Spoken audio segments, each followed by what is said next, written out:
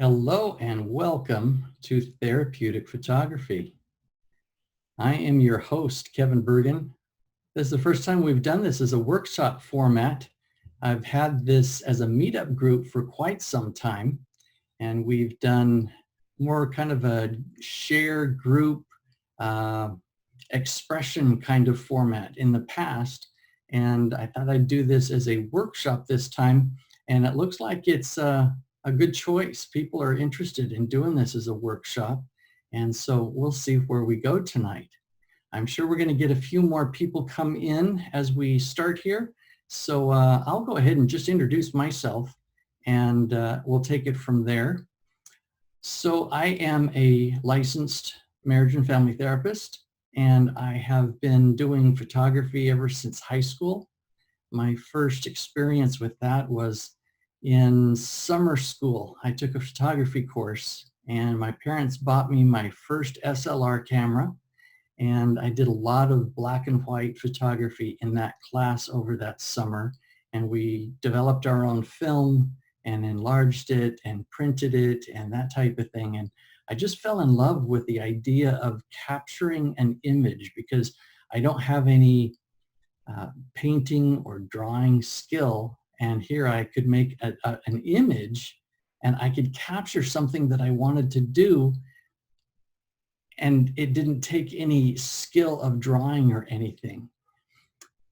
Many, many years later, I got my first digital camera, and then it just really took off. No longer did I have to send my film in to get developed. Did I have to worry about how much film did I have left? And so I became more enthralled with the immediacy of art when it was with digital photography. And so it just kind of took off from there. I did a lot of stuff that was fun. My favorite is getting up early on a Saturday morning and get my camera gear. Sometimes it's just my iPhone, and just get in the car, see where I end up. Literally, I don't know where I'll be going, and I just start driving, and I might find myself in downtown Long Beach and doing architectural photography. I might be by the beach somewhere. It just, who knows? And that's where some of my favorite pictures have come from, is when I'm just out in the field hunting.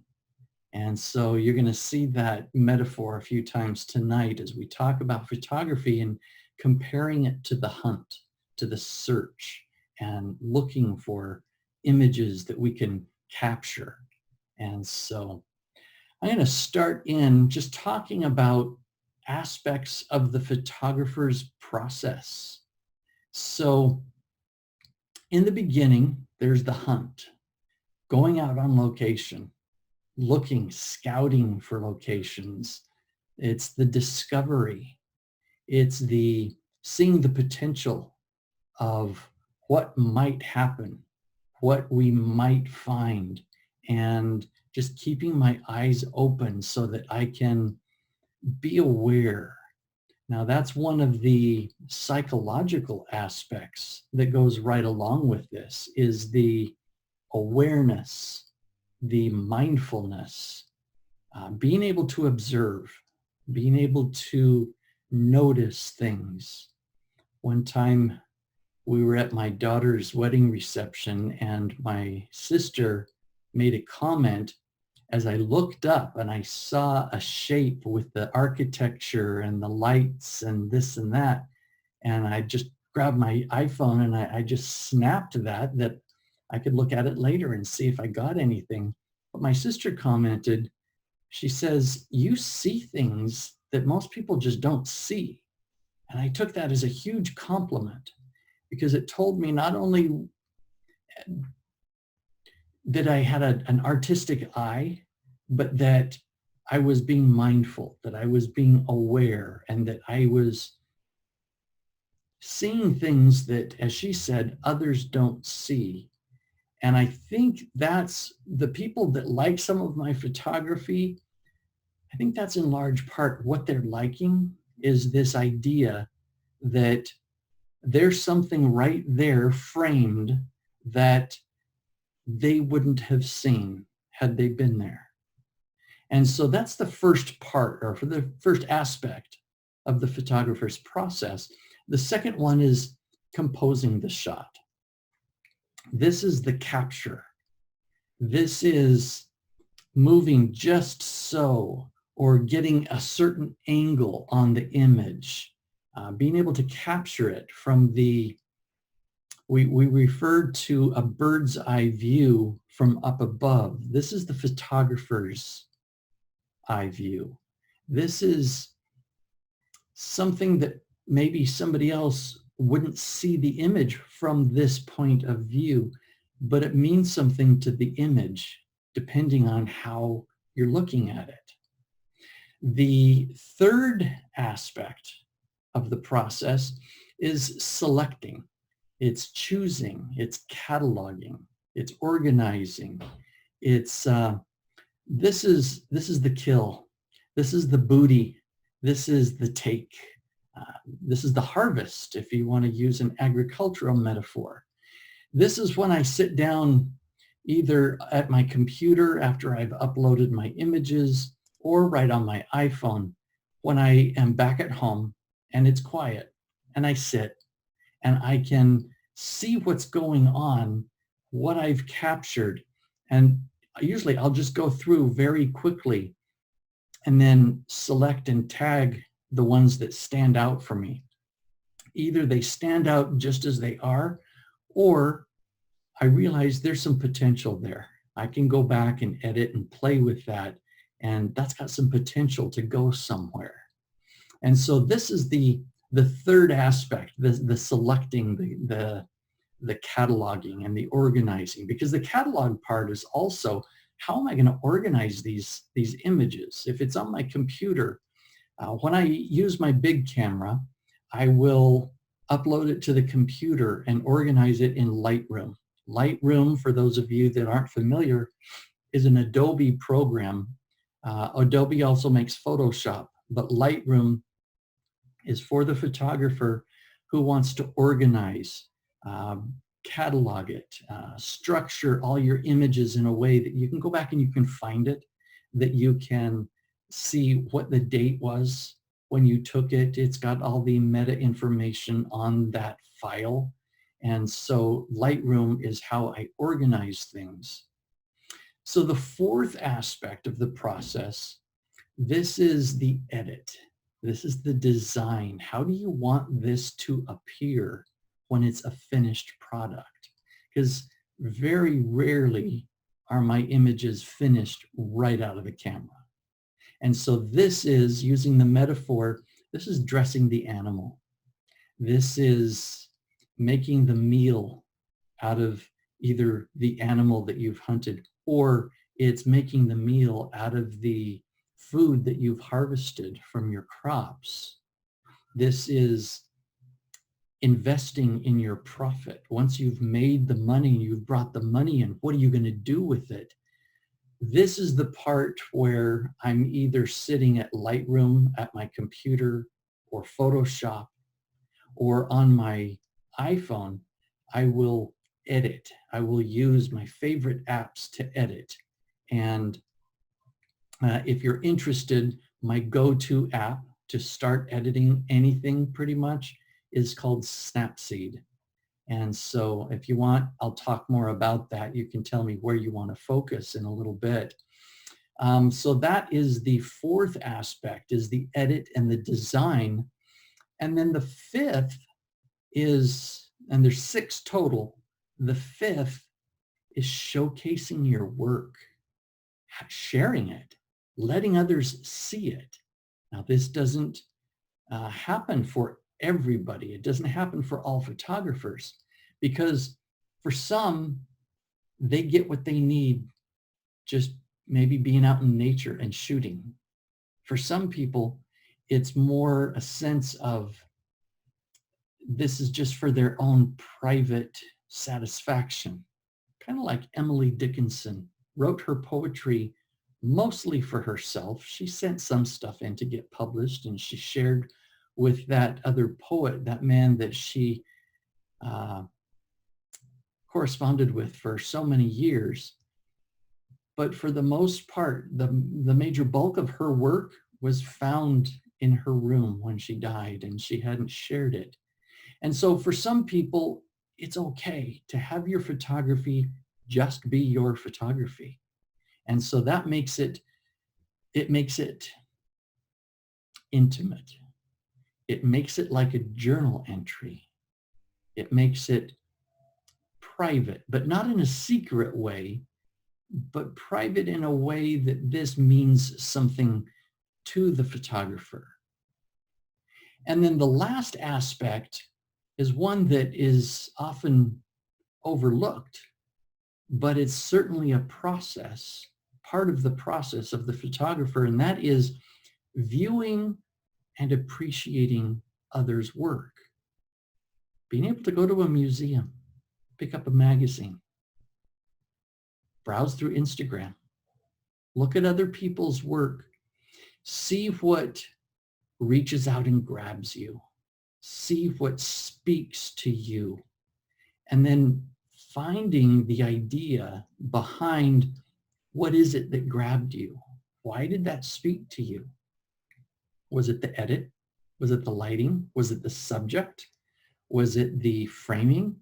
Was it the composition? There's so many aspects to photography. Now, this whole workshop that we're doing tonight could just as well be therapeutic sketching or therapeutic drawing or painting or dancing or sculpting or composing.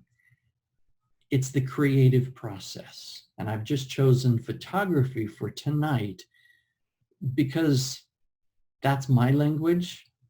Even though there's a lot of ways that I find creativity speaks to me and is an aid to me, I find photography is a key way for me. Now, other ways for me are music. I play music. I am passionate about listening to classical music and even some popular music. Writing is another way that I am creative. And writing in terms of journaling, in terms of documenting my activities, documenting some of my psychological ideas or themes that I share with clients and I share with others. And those are just some of the other ways that I'm creative. People engage in therapy for different reasons, quite obviously. Some of those more popular or common ways that people engage in therapy is mood maintenance. Maybe it's their sadness or their hopelessness or their emptiness. And that's an aspect of a mood. Another mood presenting problem might be stress or worry, agitation or panic. A lot of times we refer to that as anxiety.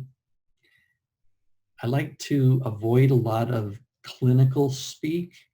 Obviously, the sadness and the hopelessness is depression. But there's such a stigma around a lot of these psychological terms now. And I don't work personally with people who have severe mental disorders. And it's just who I work with. Mine are usually pretty high-functioning people. And I approach therapy in terms of coaching, really. Just like if you wanted to get in shape or lose some weight and you're going to the gym, a lot of times you might hire a coach. Well, I see it very similarly. And so if I want to learn how to golf, I'm going to hire a golf teacher and take some lessons. I've never done golf, so I would need some direction and some guidance and showing me how to do it. Well, the same way with the therapy that I do. Much of my therapy is coaching, and it's helping people find a more effective way to live their life. Other reasons that people might come to therapy includes relationship coaching.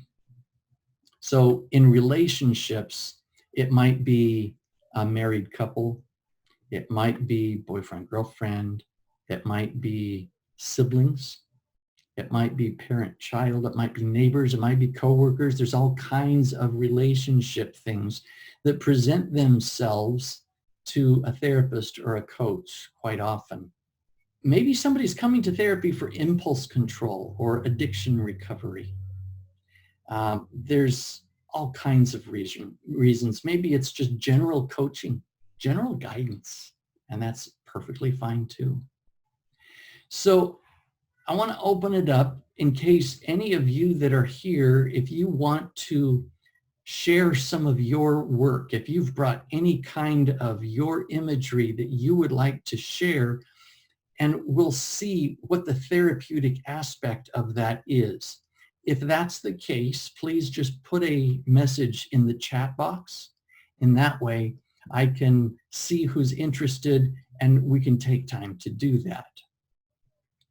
So a couple things that I wanted to show you is some of the images that I've done. And that is, here's one image that I recently took. Now, what in the world is therapeutic about this? The reason this is therapeutic for me is I did it one evening when my wife was out of town and I was home alone. It was during the lockdown and I was kind of bored, but it wasn't boredom that bore this image. In this case, it was more, I was craving creativity. I have found that to the degree we are creative, we are more adjusted, we are more content. And so I was just craving some creativity. So I went out in the garden, I clipped a few flowers, I brought them in, I found a wall, I found this is a piano bench, an old antique piano bench that's the surface here. And so I started snapping these pictures and they were just these still lifes. I found this bell jar that my wife had. And so I just started to brainstorm and what can I do here? What can I set up so that I can then capture it and show some mood with it? So as you can tell, I did a lot of after editing and added some texture on this one and adjusted the lighting. This is another one that I put a filter on. And these are some of these things that I was able to capture a mood that I was feeling at the time. And it felt like I was vindicated. It was felt fulfilling because I was able to capture as an image some of the feeling that I felt being in lockdown, being alone. I hadn't been creative for a while. I'll either pick up a ukulele and play or shoot some images or do some creative writing. And this is what I chose to do that evening. Now, Dylan says that he would like to share.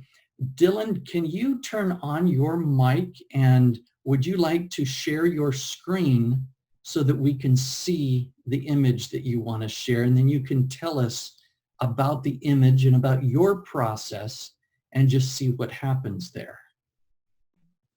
Sure, yeah. Should it just be one image? Let's start with one image right now. Okay.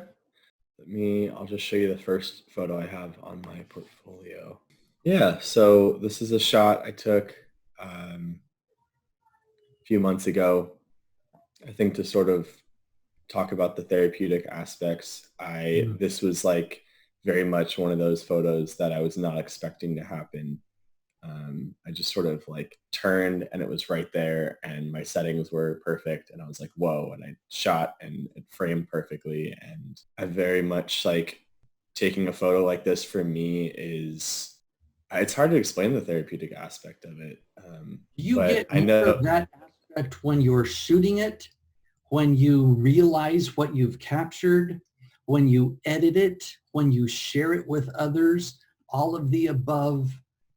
Give us some of your I experience. think, I think just having a camera in my hand and exploring, and kind of like you said, of not really knowing where I'm going to end up, it feels like I'm the most, I feel so free when I have a camera in my hand. And yet I find so often I don't take my camera out. It's almost like I don't know if it's when I'm feeling free, that's when I pick up my camera, Hmm. or when I take my camera out, I feel free.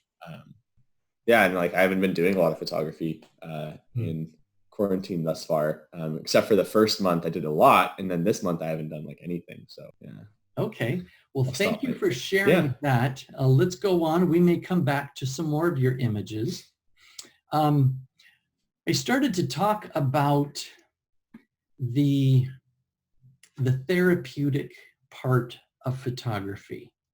One of the first ways that it's therapeutic to me is the mindfulness aspect, being aware, observing, being able to see things that maybe others don't see. That, I think, to me, it says something about where my frame of mind is. It can be informative that way, and sometimes it just is. And being mindful of it, it just helps me be mindful. Now, if you're familiar with the mindfulness movement,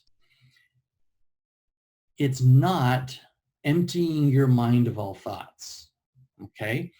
A lot of people approach it that way, but that's not the goal. The goal is to be present, to be in the now, because our minds usually are in the future, maybe worrying about the future, or they are in the past, reprocessing things in the past. Well, I should have said this, and oh, I said such and such. I should have said this back when so-and-so said this.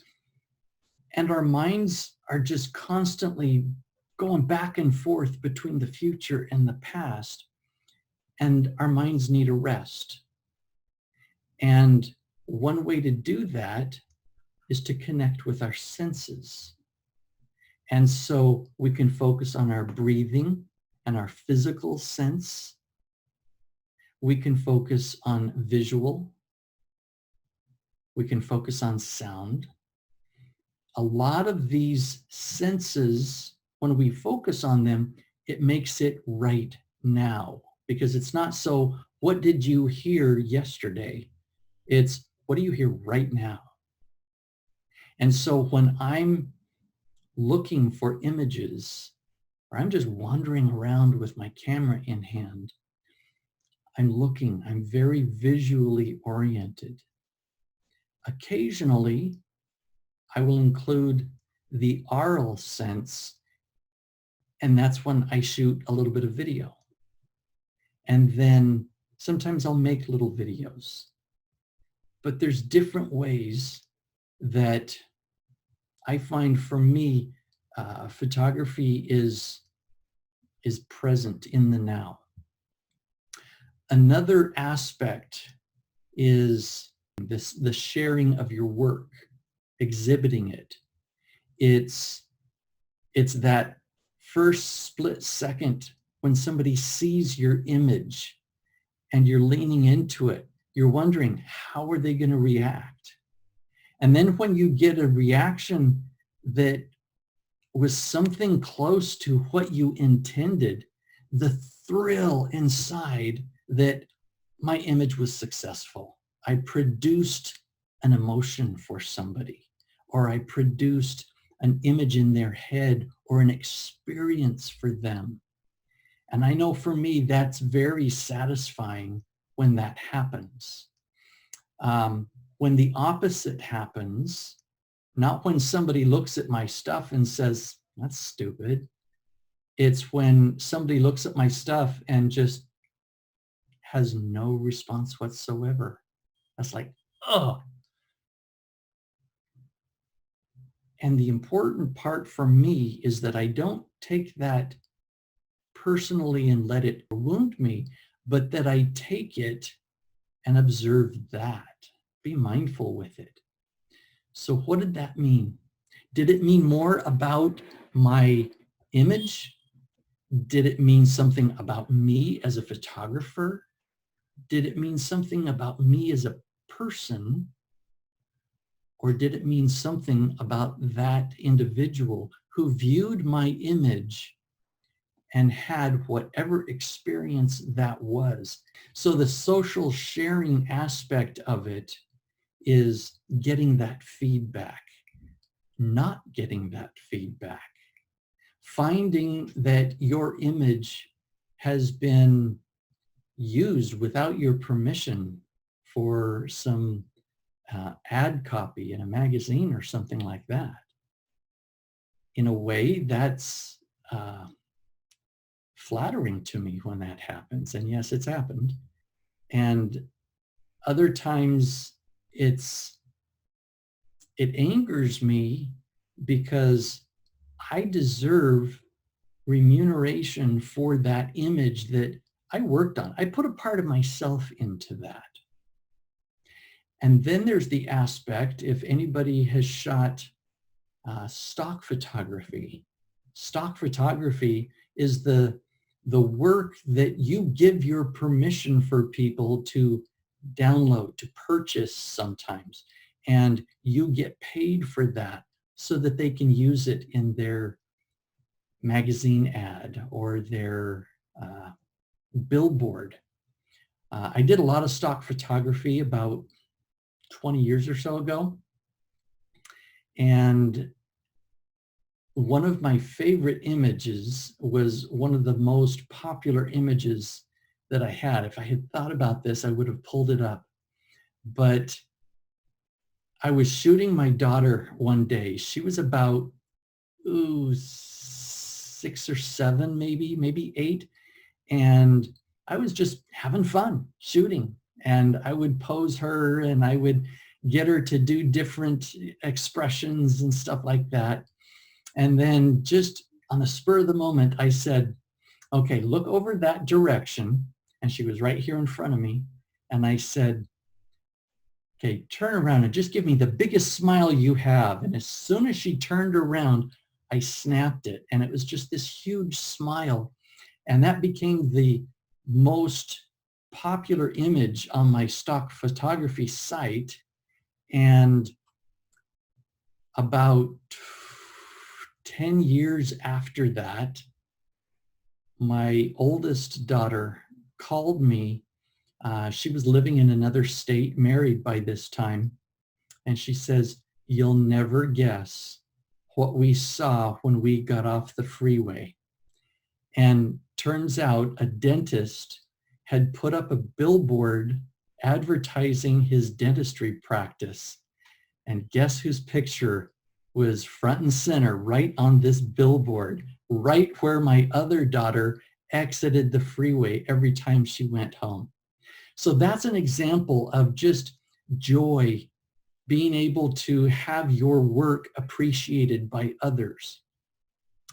Another aspect of the therapeutic part of photography is the design edit part of it. When you do that, you can just get real creative, extra creative. This is the time that it just, it's fun. It's just plain fun. And you're able to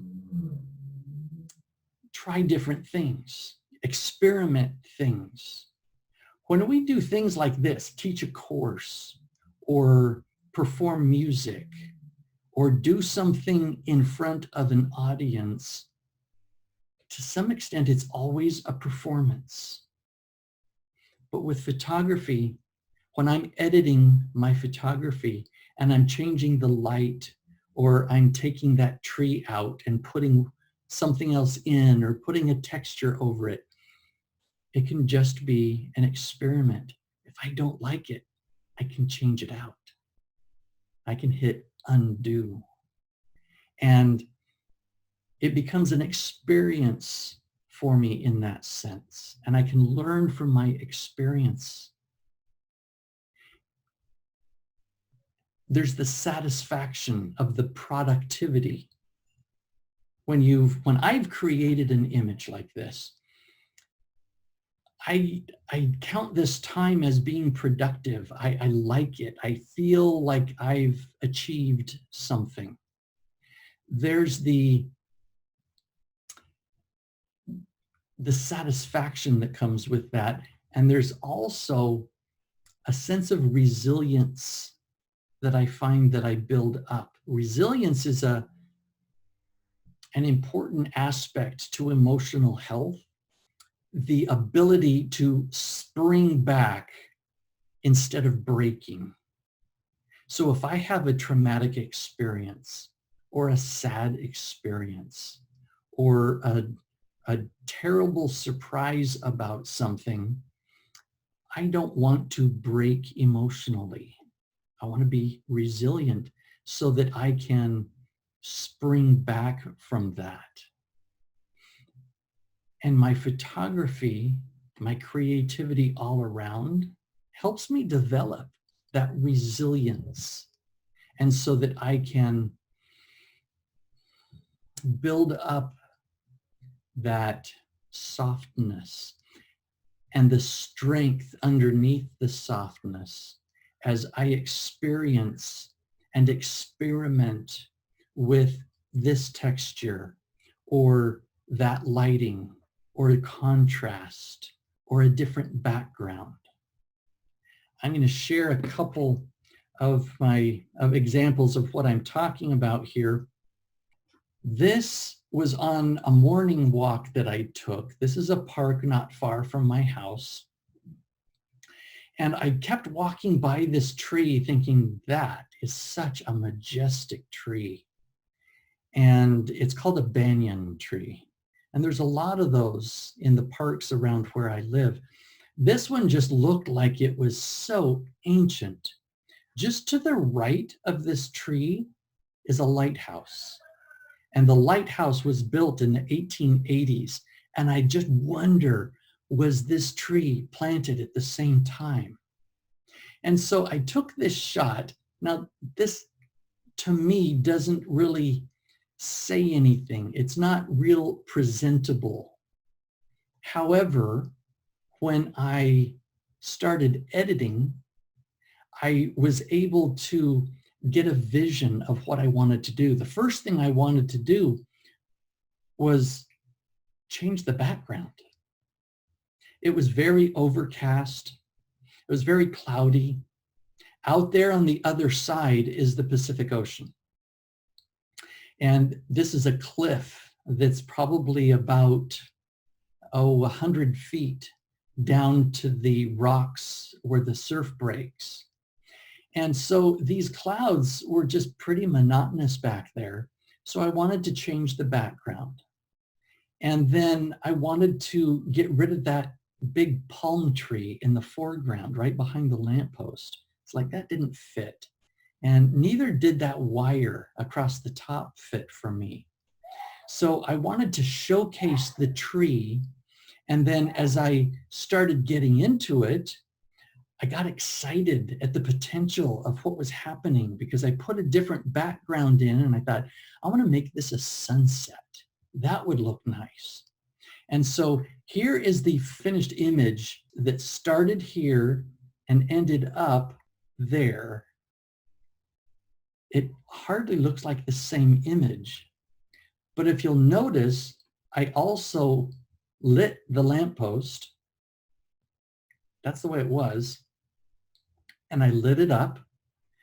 I made a light circle around the ground so it looks like the lamp is shining down below. And I let the tree go into silhouette and let it be more mysterious.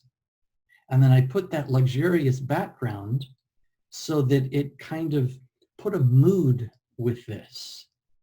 So this is what I mean about the satisfaction of productivity and the productivity in creativity and the creativity in your vision that sometimes I have when I take an image, sometimes it just morphs while I'm trying to edit.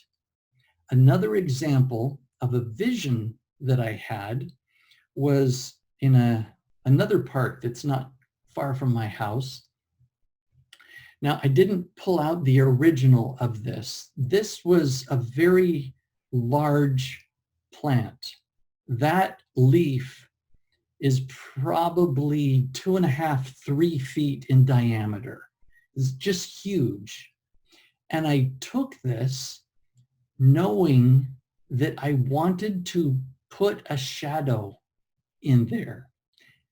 That lizard was not on the leaf when I took it. I merely went to Google and I Googled lizard and I found this image. I took it, made it a silhouette, put it up there, and the way I blended it, you can see that you can still see the detail of the leaf. I don't know if that comes through on your screens, but it actually looks like it's merely the shadow of a lizard up on that leaf. So this is some examples of what I'm talking about, the designing, the editing, and that process that happens. The organization and the cataloging and the choosing your images is also a sense of obsessive compulsive traits. Now, I'm not talking about OCD. I'm talking about those traits of OCD that make us more into the detail person. There's certainly a lot of details that go into my photography, and it's being able to get attention for the details and making the details. As somebody studies my image, I want them to discover something and be rewarded for studying my images. There's that structure sense that happens there. And it also happens in just choosing, I want to do something with that image. This image, that's no good. I'm just going to delete that one right now because I can't salvage it.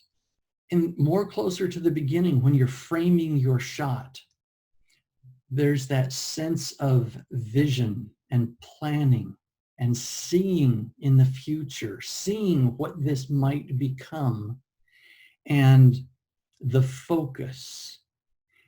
If you have any kind of attention deficit traits or a difficulty with focusing, this is great practice.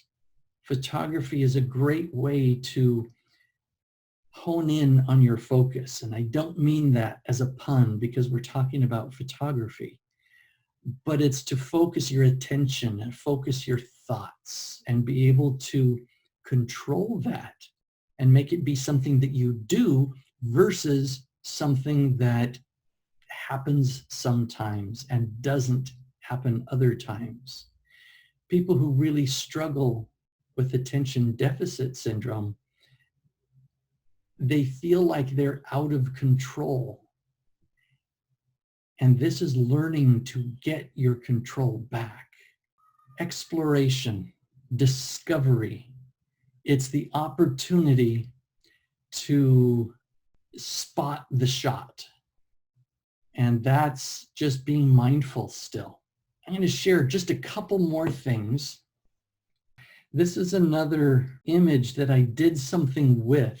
This was taken from the Cabrillo Beach Pier in San Pedro. I just thought I got something here. I like it. I like the editing that I've done. And I just wanted the lighthouse to be closer. So I was able to zoom in on it more. This is the way it was, and this is the way it is now. And it lends itself especially to looking at these images on your small little device screen. This image is from the pier in Redondo Beach, and they have on the railing this image of Redondo Beach, and I just loved the patina that it turned green like that in the middle. You can see people were touching the raised part because it still has that copper brass color to it. And the parts that are lower and not so able to be touched got that beautiful patina and turned green like that. And then the chipped paint around the edge. But this isn't how it looked when I snapped it on a morning walk. It was like this. That's the way the ocean looked. And I just didn't like it was so blue and so dreary. And I wanted something to frame this image. And so I did this to it. And I think it lends itself for that. This is an image that I just captured as a discovery. I can't even remember where this was. I think it may have been Laguna Beach.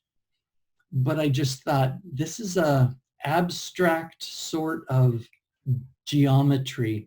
My eye loves geometry.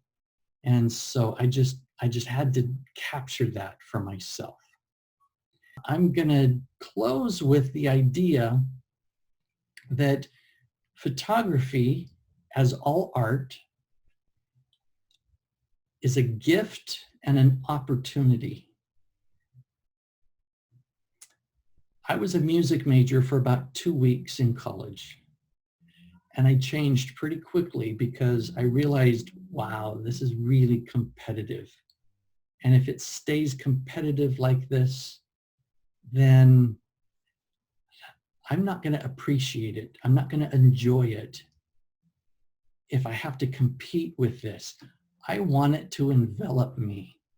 I want it to soothe me. I want it to excite me. I don't want to have to produce my music or my writing or my art because I was assigned to. I used to tell people, no, I don't shoot weddings, because now I'm being assigned and somebody's depending on my creative vision. That's just not how I work. I'm not a professional artist. My art is to fulfill me. It's to please me. It's to soothe me. It's to help me perform my own personal therapy.